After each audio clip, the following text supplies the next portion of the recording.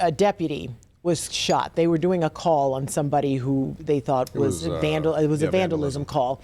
They show up at this house in Deltona, and they are met with gunfire. And you don't expect that when you go for it, because a vandalism call seems like, okay, let's just go and talk to this person and see what's up. But apparently the suspect in this case just met them with a barrage of bullets at the door. And if that deputy, according to the sheriff and some other people, had not been wearing his body cam, we might be talking, we might be talking about a different story tonight. And we finally got to see step by step how it all played out. I can't remember the last time someone had a news conference like this where they played it in the body cam footage in its entirety and talked to you and walked you through the whole thing, where you could see minute by minute what was going on. It gave me chills at some point because we did it live during our 3 o'clock. It was as it happened, and then after it happened, how they got him to the hospital. In real time. It was crazy how this happened. So our Volusia County community correspondent, Molly Reed, takes a look at this video and walks us through it. Volusia investigators got a call from Luis Diaz-Polanco's mother Monday that Polanco damaged her friend's car in a violent fit that morning. Deputies Jose Rivera and his trainee, Deputy Jacob Gomez Lopez, then went to Polanco's home on Candler Drive in Deltona to question him. Polanco answered for a moment, then slammed the door and rushed to the back of the house. The sheriff says he returned just moments later, opening fire. Deputy Gomez Lopez's video shows him run around the corner, but you see Deputy Rivera get hit. Give me another tourniquet, please. A bullet smashed his body camera on his chest and ricocheted through his shoulder. The sheriff says Rivera was also shot in the thigh. Polanco was not hit when Rivera shot back at him. Polanco is now facing attempted murder of law enforcement charges. He's being held in the jail without bond. The sheriff says his mom warned them that he had bipolar disorder, schizophrenia, and didn't take his medication. Now, the sheriff says they are still looking at Polanco's criminal and mental health history to determine if he was even allowed to have a gun. That's a question we're still asking them to and hope to get answers to here soon. We're told that trainee that was with Deputy Rivera had only been on the job for 8 days in the field when this happened. The sheriff says they are working with him too. Deputy Rivera is expected to be released from the hospital tomorrow. I'm your Volusia County community correspondent Molly Reed, News 6. Now, Sheriff Chitwood opened the news conference by letting us know that Deputy Rivera was going to be okay because he had chicken and waffles and was watching SpongeBob in the hospital. Yeah, he's doing okay. He's doing fine. Tough dude, huh? My goodness, when you see all that blood streaming down his arm, you know that he took a direct hit.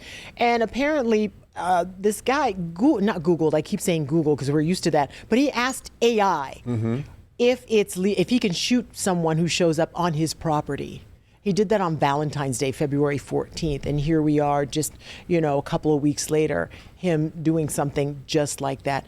It's just frightening. And that's why these deputies and law enforcement officers who put their lives on the line every day, when they leave home, they truly don't know if they're going to come back that same night. And that's what's so frightening. You know, life comes at you real time. As someone who sits here and sifts through headlines every day, I feel like it became white noise when we talked about mental health. It was like this political battle. You say it's like, guns, mental health. You couldn't say one or the other. Like outside of politics and everything, we have had so many stories that seem to link back to a person having a mental health crisis. We had a guy slash a 13-year-old's throat. We had a guy murder 3 random people.